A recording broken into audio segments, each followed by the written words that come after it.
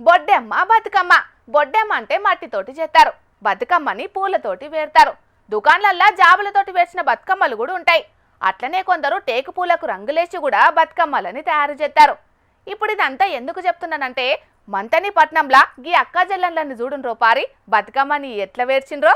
లక్ష్మిని మహిమలు గౌరమ్మ చిత్రమై తోచునమ్మ గౌరమ్మ. ఇది పూల బతుకమ్మ కాదు ఉయ్యాలో, జాబుల బతుకమ్మ కాదు ఉయ్యాలో, ఇది గాజుల బతుకమ్మ ఉయ్యాలో. మంతని ఆర్యవైశ్య అక్కజెల్లెన్లు వేర్చిర్రు ఉయ్యాలో.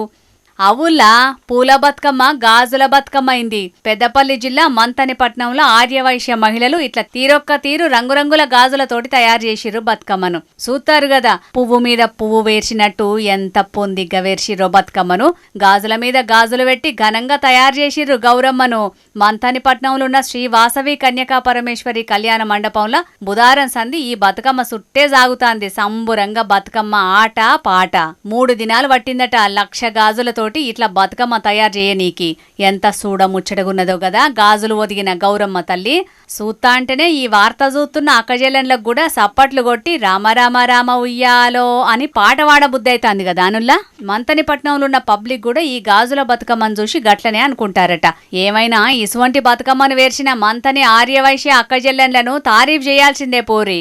ఇగో ఇట్లా ఓ పద్ధతిగా చేసుకోవాలుల్లా బతుకమ్మ పండుగను. అంతేగాని పేపర్లతోటి ప్లాస్టిక్ కవర్లతో చేస్తే ఎట్లుంటది? ఏమంటారు అమ్మలక్కలు? చెప్పాలి మీరే మరిగా. లక్ష్మిని మహిమలు గౌరమ్మ చిత్రమై తోచునమ్మ గౌరమ్మ.